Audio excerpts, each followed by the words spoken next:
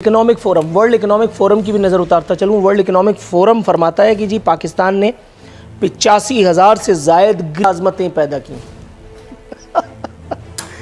ये नस्वार की फैक्ट्री में मुलाजमतें पैदा की वर्ल्ड इकोनॉमिक फोरम, या वहाँ पे भी फैसल वाउडा जैसे अक्लमंद इन्वर्टेड कॉमास में कह रहा हूँ मौजूद हैं, वहाँ पे भी फवाद चौधरी जैसे लोग मौजूद हैं। इसका मतलब है वर्ल्ड इकोनॉमिक फोरम में भाई जिस 85,000 ग्रीन मुलाजमतों की बात कर रहे हो, अगर यहाँ आते तो मैं तुम्हें दिखाता। सदर मुमलिकत वो जो सदारती इस्तिस्ना एंजॉय कर रहे हैं हमला केस में, पार्लियामेंट हमला केस में, पीटीवी हमला केस में, वो ऑन रिकॉर्ड है। 20 लाख लोग तो सिर्फ लॉकडाउन के दिनों में ही बेरोज़गार हो चुके थे। अब उस तादाद को अगर आप दोगुना ना करें, उसमें थोड़ा बहुत ही इजाफा कर लें, तो कम से कम 21 लाख अफराद इस वक्त भी बेरोज़गार होंगे। मैं आपको ले जा करके दिखाता हूँ वो मीडिया वालों के ठेले, वो जो नान चना बेच रहे हैं इस एक तब्दीली सरकार के आने के बाद। उससे पहले सब ठीक था, उससे पहले सब ठीक था। एक और इंकशाफ, सनसनीखेज इंकशाफ किया है गवर्नर सिंध जनाब इमरान इस्माइल साहब ने। कहते हैं पाकिस्तान में गद्दारों की जगह नहीं। सर आपसे आधा घंटा चाहिए, गाड़ी मैं चलाऊंगा, पेट्रोल डीजल मेरा। मैं आपको दिखाता हूँ गद्दारों के मस्कन, मैं आपको दिखाता हूँ गद्दारों की पनागाहें, जो खुद जहाँ बाहर पुलिस वाले खड़े करके और अंदर साहब लोग डांस कर रहे होते हैं, पार्टी कर रहे होते हैं। आप कभी आइए, थोड़ा सा वक्त निकालिए। उसमें से कुछ नफीस लोग हैं, कुछ लोग पीटीआई से ताल्लुक़ रखते हैं, कुछ और, ये ज़्यादा दूर नहीं जाएंगे, ये डिफेंस की तरफ, बड़े बड़े आलीशान बंगलों में बाहर पुलिस वाले हिफाजत कर रहे हैं और अंदर डांस पार्टी चल रही है, और अंदर मशरूब ममनुआ भी सर्व किया जाता है इस्लामी जमहूरिया पाकिस्तान में। और वहीं पे वो सारे गद्दार जो किसी दौर में गद्दार थे और जिन्हें आज नफीस करके अपने गले से लगाए रखा है, वो ये तय कर रहे होते हैं कि यौम तासीस मनाया जाए तो किस नाम पे मनाया जाए। सर हंसना तो मना है, ये मैंने लिखवा तो दिया, लिख तो दिया, लेकिन सर फिर भी बात ही इतनी हंसी की है। महंगाई और करप्शन के ख़ात्मे के लिए कोशिशें की जा रही हैं, और दूसरी जानिब ये ख़बरें गर्दिश करना शुरू हो चुकी हैं कि काबीना में एक मरतबा फिर समरी मूव हो चुकी है पेट्रोलियम प्राइजेज़ में इन्हांसमेंट की। ये किस किस्म की शगुफ़े, किस किस्म की लतीफ़े की फैक्ट्री आप लोगों ने कायम कर रखी है इस एक नाम नहाद रियासत मदीना में, जहाँ हर वज़ीर बढ़ चढ़ करके अपना हिस्सा बटा रहा है और खान साहब जो हैं उनको कोई फ़र्क ही नहीं पड़ता। देखिए, मैं आपको ये कहूँगा कि महंगाई के ऊपर मैं जस्टिफाई कहीं से नहीं करूँगा कि महंगाई नहीं है, महंगाई काफ़ी है। और इसमें मैं ज़िम्मेवार जो ठहराऊँगा एडमिनिस्ट्रेशन को, मैं कहूँगा कि तीनों सूबों के एडमिनिस्ट्रेशन को ज़्यादा ठहराऊँगा। उसकी वजह ये है कि देखिए रेट ऑफ द जो एडमिनिस्ट्रेशन है वो सूबों में नहीं है, उसकी वजह से भी महंगाई के ऊपर काफ़ी असर है। उसकी मेन वजह आप ये देखें कि जो चीज़ होलसेल मार्केट में जो कीमत है और रिटेल पे जो आके कीमत लोगों को मिल रही है, उसमें बहुत फ़र्क है। तो मैं ये कहूँगा कि एडमिनिस्ट्रेशन को अपना रेट कायम करना चाहिए।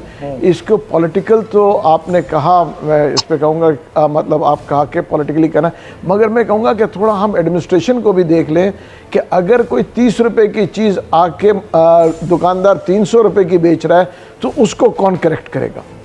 ठीक है, सही है, लेकिन वफाकी हुकूमत का जहाँ रोल है, जहाँ वफाकी हुकूमत का ज़ोर चलता है, मिसाल के तौर पर पेट्रोलियम मसनूआत की कीमतें, फ़ौरन कह दिया जाता है कि जी बैनुल-अक़वामी मंडी में कीमतें जो हैं वो बढ़ गई हैं इसलिए यहाँ बढ़ी हैं। लेकिन जब बैनुल-अक़वामी मंडी में कीमतें कम होती हैं तब यहाँ पर आवाम को वो खातिर खा रिलीफ जो दिया जाना चाहिए था वो नहीं दिया जाता। इसी तरह की गिमिक्स नवाज़ शरीफ दौर में, पीपल्स पार्टी दौर में हमारे साथ किए जाते रहे हैं, और यही सब सिलसिला बाकायदगी से इस वक्त भी जारी है। देखिए, मैं आपको कहूँगा कि पेट्रोलियम में, क्योंकि मैं थोड़ा बहुत मेरा ताल्लुक़ है इसलिए मैं कहूँगा, देखिए पेट्रोलियम प्राइसेस जो है ना इंटरनेशनली उसको जो है कंट्रोल करते हैं। और अगर आपका कहना, क्योंकि मैं इसके ऊपर मैंने वर्किंग नहीं की, अगर आपका कहना है कि जब कम होते हैं कम नहीं करते हैं तो वो गलत कर रहे हैं, ये भी मैं आपको कहूँ। चाहे मैं उसकी वजह देखें, उसकी वजह ये है कि जहाँ हम चीज़ों को बढ़ा देते हैं, अगर इंटरनेशनल प्राइसेस बढ़ते हैं तो वहाँ कम करना भी हमारा ही हक है। उसकी ये नहीं हो सकता कि जी महंगा, जब इंटरनेशनल जो बाइडेन की अप्रूवल चाहिए, नहीं, उसके लिए किसी की अप्रूवल नहीं चाहिए, उसके लिए हमें खुद करना चाहिए और हम इंशाल्लाह करेंगे। मैं तो यही कहूँगा कि हम करें। Let's hope for the best. लेकिन सर वो आपने सुन रखा है, बहुत देर की मेहरबान आते आते, या पता नहीं अब इस पर क्या क्या कुछ कहा जा सकता है। मोहतरमा शाहिदा रहमानी साहिबा, आपकी जानिब आऊँगा। मैडम कैसी हैं आप? अल्हम्दुलिल्लाह। मैडम, हुकूमत ने, सरकार ने बड़ी आसानी से हथियार डाल दिए, मुझे ग्रिल करने का मौका भी नहीं दिया। उन्होंने साफ कह दिया कि ये गलती है, ऐसा नहीं होना चाहिए था। लेकिन एक और काम नहीं होना चाहिए था और वो हो गया। फैसल वावड़ा, बल्कि सेनेटर फैसल वावड़ा की एक वीडियो मैंने देख ली है, कल रात से गुस्सा आ रहा है। मैंने सोचा आपसे अपना दुख बांट लूं। बाकायदा धड़ल्ले से आए हैं मीडिया पे और खड़े होकर के कह रहे हैं कि अब हम 2.5 साल में जो है वो एहतसाब का सफ़र तय करेंगे, चोरों लुटेरों को लटकाएंगे। मैडम, अगर लटकने वाली रस्सी इस हुकूमत के पास होती तो मेरे ख्याल है सबसे पहले खुद ही झूल रहे होते ये, क्योंकि जितना रिलीफ इनको दिया गया है, एक अकेले आदमी के लिए पूरी रियासत को जिस तरह से खिलौना बना दिया गया है, एक अकेले आदमी को सेनेटर बनवाने के लिए जिस मज़ार पे जाकर के हाज़िरी दी गई है, आप मेरे ख्याल है उससे बेहतर जानती होंगी। वो आदमी जो इलेक्शन कमीशन में जिसको खातिर खा रिलीफ दिया गया, वो आदमी कि जिसको इस्लामाबाद हाई कोर्ट ने एन उस वक्त की जब बॉल उनकी कोर्ट से निकल चुकी थी तब उन्होंने कहा कि ये जो है बादिउन नज़र में नाअहल लगते हैं। मैडम, ये चोर लुटेरों को लटकाएंगे, और अगर इन्होंने लटका भी दिया तो हाथ पल्ले क्या रहेगा? बहुत शुक्रिया। देखें जी, ये बहुत मैं समझती हूँ कि ये पाकिस्तान पीपल्स पार्टी की दानिशमंदी थी, हिकमत अमली थी, जिस वक्त 2018 के इलेक्शन को, इंतखाबात को चुराया गया और तमाम पॉलिटिकल जमातों ने पार्लियामेंट में ना आने का फैसला किया और पीपल्स पार्टी ने स्टैंड लिया और तमाम जमातों को भी आने के लिए कहा गया। और आपने देखा कि इंतहाई कलील अरसे में ये सब के सब जो बहुत बड़े माहिरीन की टीम के साथ आए थे, जिनके पास माहिर मईशत भी थे, जिनके पास तमाम तर जो है क्वालिटी के लोग थे, आपने देखा कि वो फैसल वाडा जिनके लिए इलेक्शन कमीशन ने 2.5 साल उस केस को लटका के रखा और फिर उनसे सेनेट के इलेक्शन का वोट लेने के बाद वो गए रिजाइन देने के लिए, और फिर जब वो सादिक और अमीन ना ठहरे तो आपने देखा उन्होंने फैसला आने से पहले ही कोर्ट से स्टे ऑर्डर ले लिया। ये इतने सादिक और अमीन हैं। और आप ये देखें कि किस तरह राह फरार इख्तियार कर ली जाती है अपने आप को बचाने के लिए। अभी ये मौलवी साहब जिस तरीके से राह फरार इख्तियार कर रहे हैं, आप इनसे पूछें कि वो आटा आज जो 35 रुपए किलो था, वो आटा कहाँ चला गया? वो आटा चोरों। लेकिन मैडम, मैं थोड़ी सी आपकी खिदमत में एक गुजारिश करना चाह रहा हूँ। आपकी बात, एक छोटी सी बात काट रहा हूँ, आपकी माजरत।